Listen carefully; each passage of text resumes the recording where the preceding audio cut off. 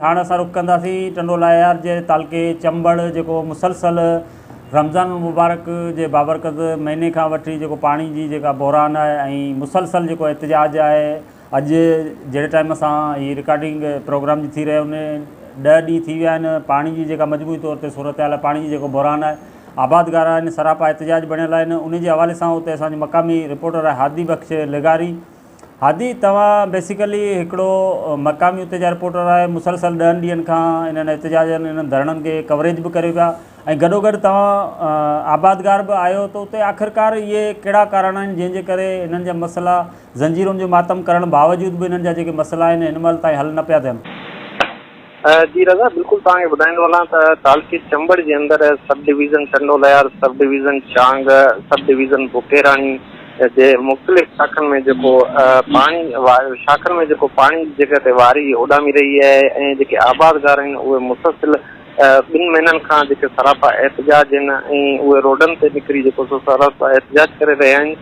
ऐं उन खां पोइ आबादगारनि वटि जेके चूंडियल नुमाइंदा जेके आहिनि सो अञा ताईं उहे लड़ी न आहिनि आया ऐं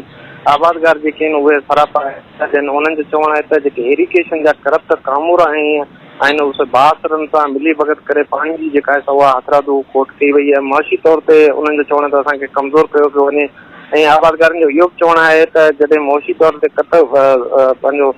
ज़रई ज़मीन जेको बुगड़नि मुठे वधि जेको सो असां खां वठणु चाहिनि था ऐं असां जेको सो ग़ुलामी कोशिश न कंदासूं,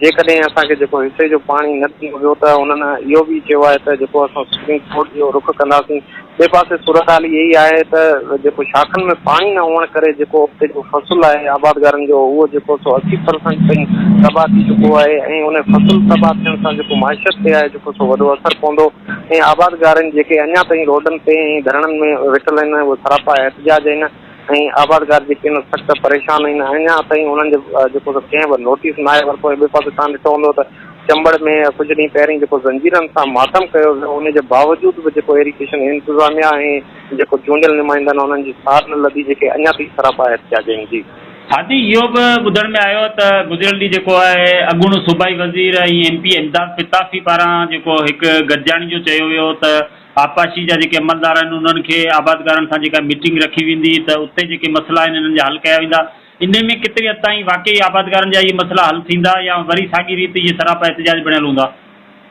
असल में ॾिठो ईअं वञे थो त इलेक्शन जो जॾहिं टाइम साम्हूं ईंदो आहे त आबादगारनि सां हली करे जेके उहे माण्हू आहिनि उहे जल्द मीटिंगूं रखंदा आहिनि ऐं उन्हनि सां जेको सो जल्द मिलण जी कोशिशि कंदा आहिनि त बाबा किथे मीटिंगूं रखी इन मामले खे हल करायो वञे। ऐं तव्हां ॾिठो हूंदो त अॼु बि टंडो लयार जेको आहे त MP इमदाद पिताफ़ी उन जे हवाले सां इरिगेशन अमलदारनि सां मीटिंग रखियल हुई पर उन जो अञा ताईं अहिड़ो को नतीजो साम्हूं न अची सघियो आहे उन मीटिंग जो त को आबादगारनि खे पाणी रसाई थी हुजे।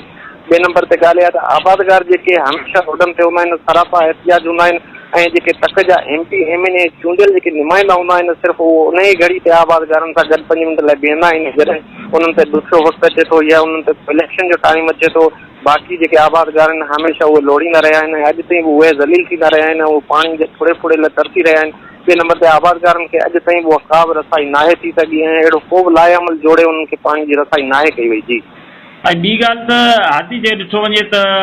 गुज़िरियल 2-3 ॾींहंनि खां PTI जेको अॻवान आहे ऐं टंडो लायार जो जेको सदर आहे अलीपल आहे ऐं गुज़िरियल ॾींहुं जेको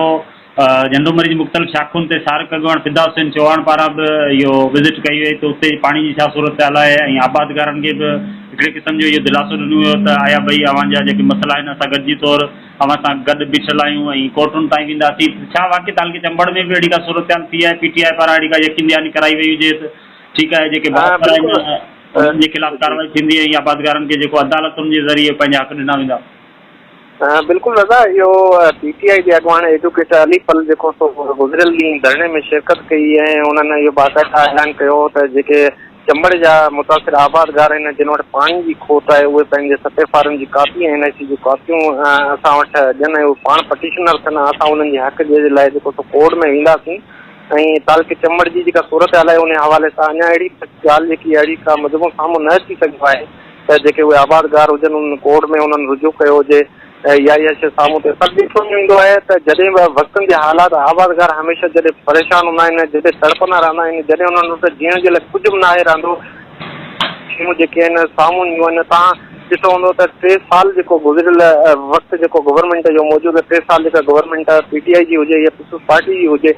इलेक्शन खां पोइ 3 सालनि जे अंदरि ई हिन वक़्तु ईंदड़ जेको इलेक्शन आहे उन जे हवाले सां आबादगारनि सां जेके राब्ता आहिनि चूंडियल नुमाइंदनि या पंहिंजो जेके उते सरापा एहतजाज आहिनि आबादगार उन्हनि जे लाइ जेको उते जी टीम आहे उहा अची उन्हनि सां राब्ता कया आहिनि। पर अहिड़ी का बि सूरत हाल अञा ताईं साम्हूं न अची सघी आहे जंहिं ते आबादगारनि सां को रुजू कयो वियो हुजे या आबादगारनि खे का फैसिलिटी ॾिनी वई हुजे या आबादगार जेके सरापा एहतजाज न हुजनि। तव्हांखे ॿुधाईंदो हलां त अञा ताईं बि आबादगार जेके अॼु 9 ॾींहं चंबड़ में आबादगार पंहिंजी जेको कैंप खणियो वेठल आहिनि ऐं अॼु बि हू पहाड़ी जे पुड़े जी अमलदारनि खे इल्तिजा कनि था। ऐं ॿी ॻाल्हि आती जेको गुज़िरियल ॾींहुं सिपाक जो जेको नायब सदर ऐं EPS एकठ इमदाद पिताफ़ी जे साम्हूं PP अॻुवाण गुलाम क़ादिर मरी जो जेको बाइटियो आहे उन पारां जेको फार्म भराइण खां पोइ आबादगारनि जे जेको धरणे में दरिया ख़ान मरी शिरकत कई त उन कहिड़े क़िस्म जी यकीन ॾियानी कराई त आया वाक़ई हिन हिकिड़ी सियासी हिसाब किताब में वाक़ई उतां खां पोइ आबादगारनि खे रिलीफ मिलंदो या उहो बि हिकिड़ो सियासी तौर ते उन्हनि धरणे में शिरकत कई? ॾिसो हाणे रज़ा ॾिठो ईअं वञे थो त जॾहिं इहा कैंप 10 ॾींहंनि खां लॻल आहे सिर्फ़ु दरिया ख़ान मरी न मुख़्तलिफ़ पार्टियुनि जे माण्हुनि जेको उते शिरकत कई आहे उन में PTI आहे पीपल्स पार्टी आहे। पर ॿिए पासे ॾिसो थो वञे त दरिया ख़ान मरी जी जेका शिरकत हुई त दरिया ख़ान मरी जो चवणो हो त आउं हिननि जे मामले ते जेका वधि में वधि कोशिशि कंदुसि जेके उते जा इरिगेशन जा अमलदार आहिनि एक्टिन आहिनि या पंहिंजो एक्टिन आहिनि